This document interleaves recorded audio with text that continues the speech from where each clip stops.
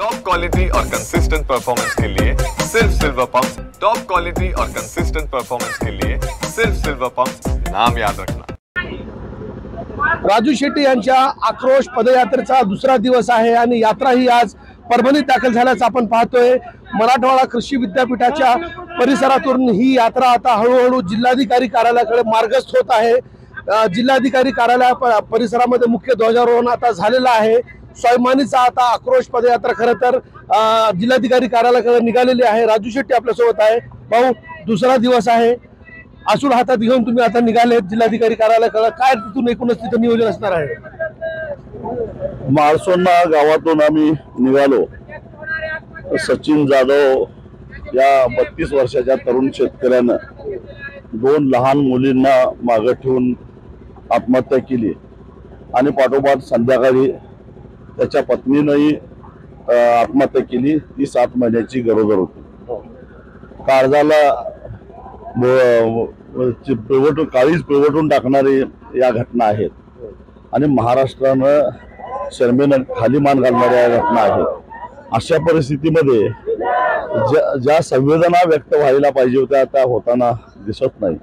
म्हणून या शेतकऱ्यांचा आक्रोश, दररोज 7 शेतकरी आज आत्महत्या करतायत महाराष्ट्रातले। महाराष्ट्र ही शेतकऱ्यांच्या आत्महत्येची स्मशानभूमी झाली की काय, असं एक भयावह चित्र निर्माण झालं आहे। कधी काळी कृषी प्रधान असलेला महाराष्ट्र आज आत्महत्यांचं ठिकाण झालेलं आहे। याची जरा तरी लाज सरकारला वाटली पाहिजे। आज महाराष्ट्र दिन आहे। स्वर्गीय यशवंतराव चव्हाणांनी 1962 साली महाराष्ट्राचा हा कलश दिल्लीहून आणला। आज चव्हाण साहेब सुद्धा स्वर्गातून ढसाढसा रडत असतील की माझ्या महाराष्ट्राची काय अवस्था झाली। कृषी प्रधान असणाऱ्या महाराष्ट्रामध्ये आज दररोज 7 शेतकरी आत्महत्या करतायत। गरोदर शेतकरी माता आत्महत्या करते। पहिल्यांदा घटना घडलेली आहे महाराष्ट्रामध्ये, पण ज्या संवेदना व्यक्त व्हायला पाहिजेत त्या व्यक्त होताना दिसत नाही ना। पालकमंत्र्यांना त्यांचं सांत्वन करावंसं वाटलं। अजितदादा पवार राज्याचे उपमुख्यमंत्री, खरं तर ज्यांच्या वक्तव्यामुळं उलट आत्महत्येमध्ये वाढ झाली, कारण शेतकरी आशेवर बसलेला होता। आज ना उद्या कधीतरी या कर्जातून सरकार आपली सुटका करेल, कारण त्यांनी तसं आश्वासन दिलेलं होतं, पण त्यांनी स्वच्छ शब्दात सांगितल्यामुळे आत्महत्येमध्ये वाढ झाली।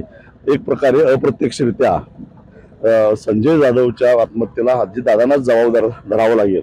ते परभणी जिल्ह्यामध्ये त्या माळसोंडाच्या शेजारी 5-6 किलोमीटर अंतरावर एका देवाच्या दर्शनाला आलेले होते, पण त्यांना सुद्धा तिथं जाऊन या कुटुंबाचं सांत्वन करावंसं वाटलं नाही। ही अत्यंत दुर्दैवाची गोष्ट आहे आणि ही जी कैफियत आहे, हा जो आक्रोश आहे, हा आक्रोश संजय जाधवच्या ज्या लहान सचिन जाधवच्या लहान मुलींच्या वतीनं जिल्हाधिकाऱ्यामार्फत शासनाला आम्ही कळवणार आहोत। तुमचा हा प्रश्नावरून काल जो तुम्ही आमच्यासोबत बातचीत करताना मेघना बोर्डीकर बद्दल बोलले होते, त्यांना आता काही वेळापूर्वी आम्ही असं विचारलं, ते म्हणले मी जरी नाही गेले तरी माझे सगळे कार्यकर्ते आणि पदाधिकारी त्या ठिकाणी जाऊन सांत्वन करून आले। तुम्ही तुमच्या जिल्ह्यातले, तुम्ही जिल्ह्याचे पालक आहात, तुम्ही का नाही गेलात? हा विषय संवेदनशील नाही आहे का? कार्यकर्ते गेले याचा अर्थ काय? मग कार्यकर्त्यांनाच पालकमंत्री करा ना। आता भेट होणार आहे तुमची जिल्हाधिकारी कार्यालयामध्ये आहेत त्या बसलेल्या पालकमंत्री? नाही, मला कोणाला भेटायला वेळ नाही। मी शेतकऱ्यांच्या या व्यक्तीला वाचा फोडण्यासाठी आलेलो आहे।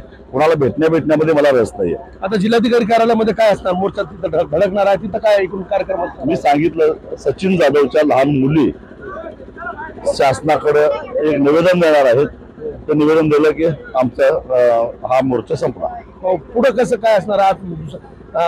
आक्रोश मोर्चा संपेल। आता या येणाऱ्या दिवसामध्ये शेतकऱ्यांसंदर्भात काय महत्वाच्या योजना, आंदोलन तुमच्या डोक्यामध्ये आहेत काय? सुरुवात आहे, कळेल ना।